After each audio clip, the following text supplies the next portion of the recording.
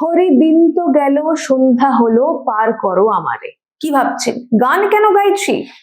আসলে গান গাইছি না, তৃণমূলের বিদায় ঘন্টা বেজে গিয়েছে, সেটাই আপনাদের শোনাচ্ছি। কান পাতলেই শোনা যাচ্ছে বেজে গিয়েছে, 12টা বেজে গিয়েছে তৃণমূলের।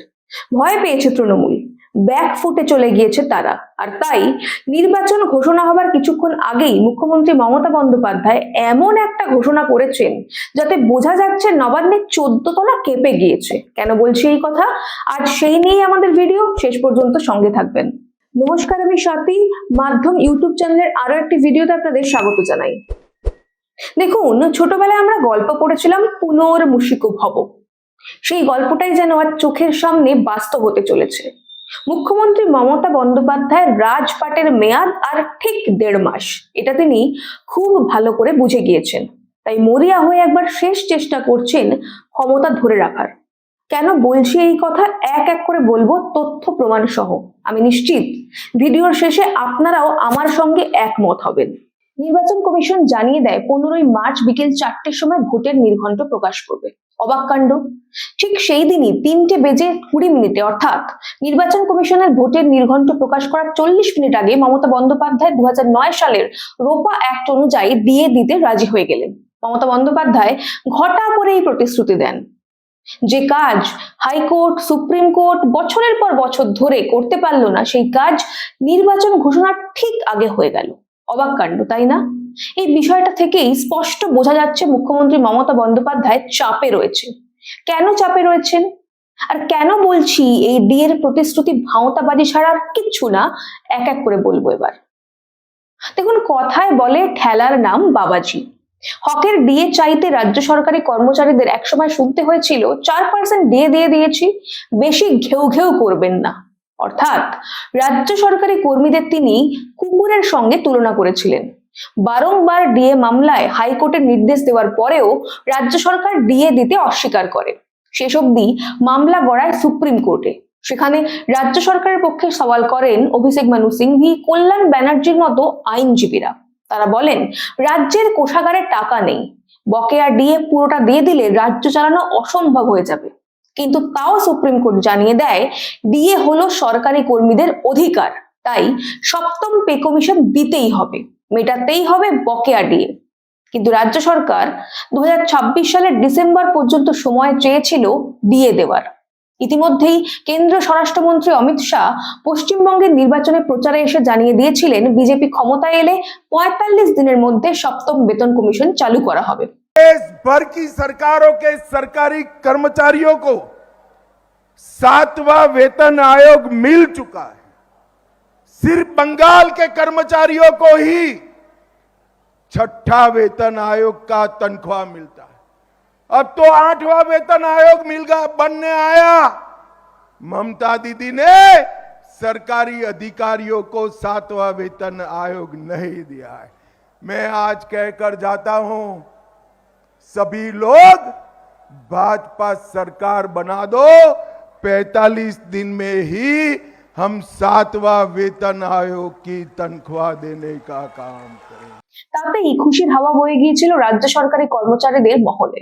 সিঁদুরে মেঘ দেখেছিলেন মমতা বন্দ্যোপাধ্যায়। বুঝেছিলেন এতদিন ধরে যে সিস্টেম, একটা ইকোসিস্টেম বা মেশিনারি তিনি তৈরি করেছেন বিগত 15 বছর ধরে, তার তাসের ঘরের মতো ভেঙে যাচ্ছে। কেউ আর মুখ বুজে শুনছে না তৃণমূল সরকারের কথা। তাই টাকা নেই কাঁদুনি গেয়ে যাওয়ার পরেও কোন জাদু বলে মুখ্যমন্ত্রী বকেয়া ডিএ দেওয়ার ঘোষণা করে দিলেন? এটাই এখন লাখ টাকার প্রশ্ন। এখানেই লুকিয়ে রয়েছে ভাঁওতাবাজির গল্পটা। এই রাজ্য সরকার দেউলিয়া হয়ে গিয়েছে। লক্ষ্মীর ভান্ডার, ইমাম ভাতা সহ রাজ্যে কাঁড়ি কাঁড়ি ভাতা চালাতে গিয়ে বন্ধ হয়ে গিয়েছে উন্নয়নমূলক পরিকাঠামোর অন্যান্য সব প্রকল্প। গাদা গাদা টাকা ধার করছে রাজ্য সরকার। এমন সময় রাজ্য সরকার বকেয়া ডিএ ঘোষণা করলো, কিন্তু কোথা থেকে এই টাকা আসবে তা নিয়ে কোনো রুটম্যাপ নেই সরকারের কাছে।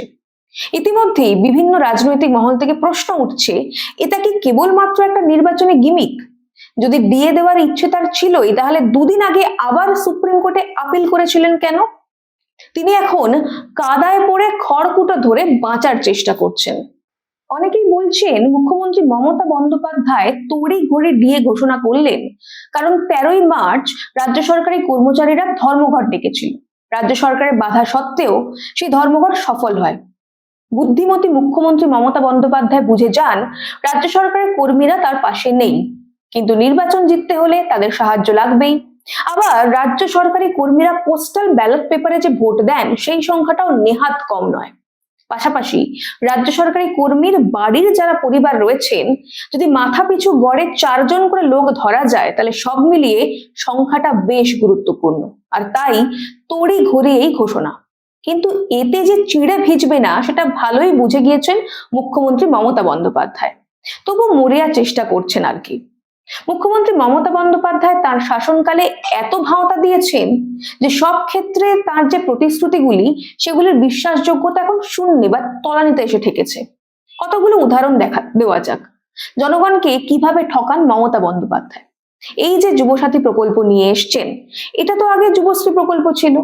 তার কি অবস্থা, কতজন টাকা পেয়েছে কেউ জানে না, কেবল ঘোষণা করে দিয়েছিলেন, তারপর পুরো প্রকল্পটাই ভ্যানিশ হয়ে যায়।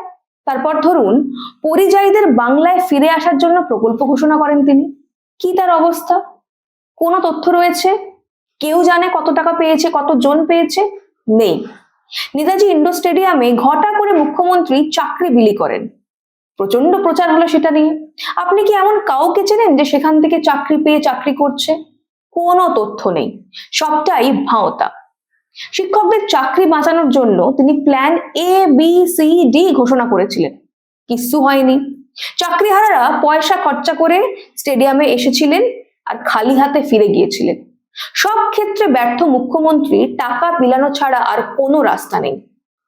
2021-এর নির্বাচনে লক্ষ্মীর ভান্ডার একটা বড় ফ্যাক্টর হয়েছিল। মহিলা ভোটের সিংহভাগই তৃণমূল পেয়ে যায়। এবার তাই ভোটের আগে 500 টাকা করে বাড়িয়ে দেওয়ার ঘোষণা করেন লক্ষ্মীর ভান্ডারে। কিন্তু তাতেও মুখ্যমন্ত্রী মমতা বন্দ্যোপাধ্যায় নিশ্চিন্ত হতে পারছিলেন না, কারণ 21-এর নির্বাচনের পর বাংলার মায়েরা আরজি কর দেখেছে, সন্দেশখালী দেখেছে, কসবা ল কলেজ দেখেছে। তারা দেখেছে বাংলার মেয়েরা দিনের পর দিন ধর্ষিত হচ্ছে, অত্যাচারিত হচ্ছে, আর এই সরকার ধর্ষকদের বাঁচাতে আইন আদালতে ছুটে যাচ্ছে। বাড়ির সন্তান যখন কর্মহীন, তখন মা বোনেরা কতদিন আর 1500 টাকা নিয়ে মুখ বুজে থাকবে বলুন তো? তাই একচেটিয়া মহিলা ভোট যে তৃণমূল পাবে না সেটা আগেই বুঝেছিলেন মমতা বন্দ্যোপাধ্যায়।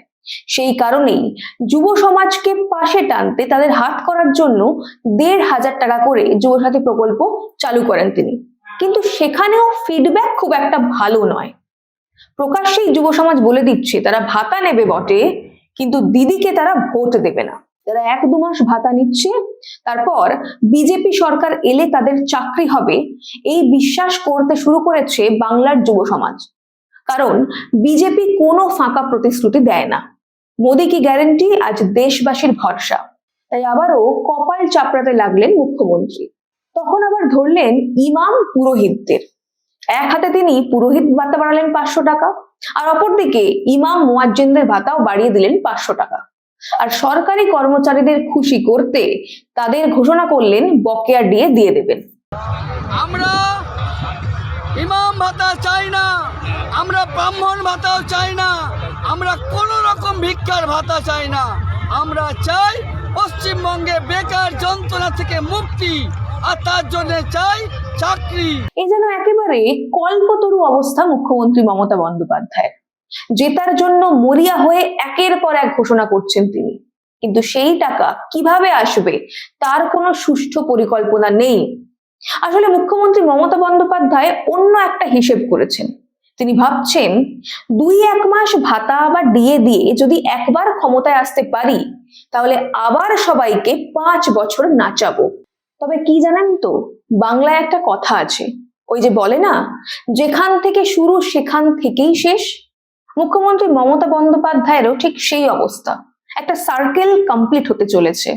ধর্মতলায় আন্দোলন দিয়ে শুরু করেছিলেন রাজনৈতিক কেরিয়ার, মাঝখানে তিনি হয়েছিলেন অগ্নিকন্যা, তারপর নবান্ন ঘুরে ঘুগনিকন্যা হয়ে তিনি আবার উল্টো পায়ে ফিরে যাচ্ছেন ধর্নাতলার দিন থেকে।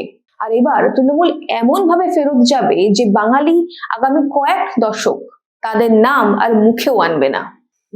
আপনাদের কি মনে হয় কেন তড়িঘড়ি এই ডিএ ঘোষণা করলো রাজ্য সরকার? কেন মুখ্যমন্ত্রী মমতা বন্দ্যোপাধ্যায়কে নিজেই ঘোষণা করতে হলো? জানান আমাদের কমেন্ট করে। আজ এই পর্যন্তই, দেখা হবে পরের একটি ভিডিওতে। ততক্ষণ পর্যন্ত সঙ্গে থাকুন, দেখতে থাকুন মাধ্যম।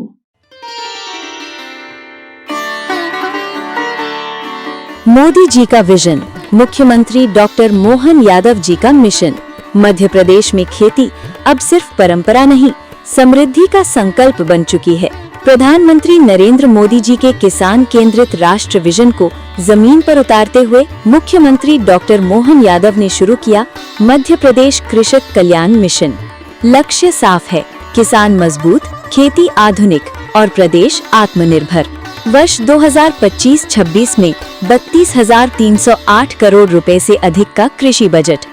मुख्यमंत्री मोहन यादव के निर्णय, गेहूं पर 175 रुपए प्रति क्विंटल बोनस, 2600 रुपए प्रति क्विंटल पर खरीदी, धान पर 4,000 रुपए प्रति हेक्टेयर प्रोत्साहन, यानी किसान की जेब में सीधा फायदा। प्रधानमंत्री मोदी जी की सोलर और ऊर्जा आत्मनिर्भरता नीति को मुख्यमंत्री मोहन यादव ने दी रफ्तार। 5 रुपए में स्थायी बिजली कनेक्शन, 30 लाख सोलर पंप, हर साल 10 लाख नए कनेक्शन। अब खेती बिजली की चिंता से मुक्त। मुख्यमंत्री किसान कल्याण योजना के तहत 85 लाख किसानों को 19,000 करोड़ रुपए से अधिक का सीधा लाभ। प्रधानमंत्री मोदी जी की पहल, पीएम किसान समृद्धि केंद्र अब हर ग्राम पंचायत में। मुख्यमंत्री डॉक्टर मोहन यादव के नेतृत्व में कृषि उद्योग समागम। मंदसौर और नरसिंहपुर में 3,812 करोड़ रुपए की 11 इकाइयां, 6,000 प्लस रोजगार। कृषि अब रोजगार की रीढ़। आज मध्य प्रदेश देश के अग्रणी कृषि राज्यों में शामिल है। दृष्टि प्रधानमंत्री नरेंद्र मोदी, नेतृत्व मुख्यमंत्री डॉक्टर मोहन यादव। खुशहाल किसान, समृद्ध मध्य प्रदेश।